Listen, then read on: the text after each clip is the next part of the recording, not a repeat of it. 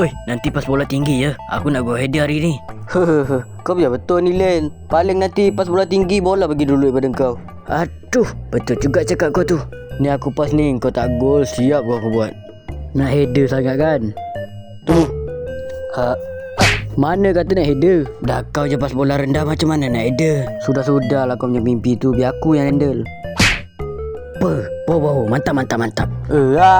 Bising kan kau. Try lagi. Kali ni mesti kau phone goal. Sabuk otakku. Anjing. Tak apa, biar input terbaik je yang skor.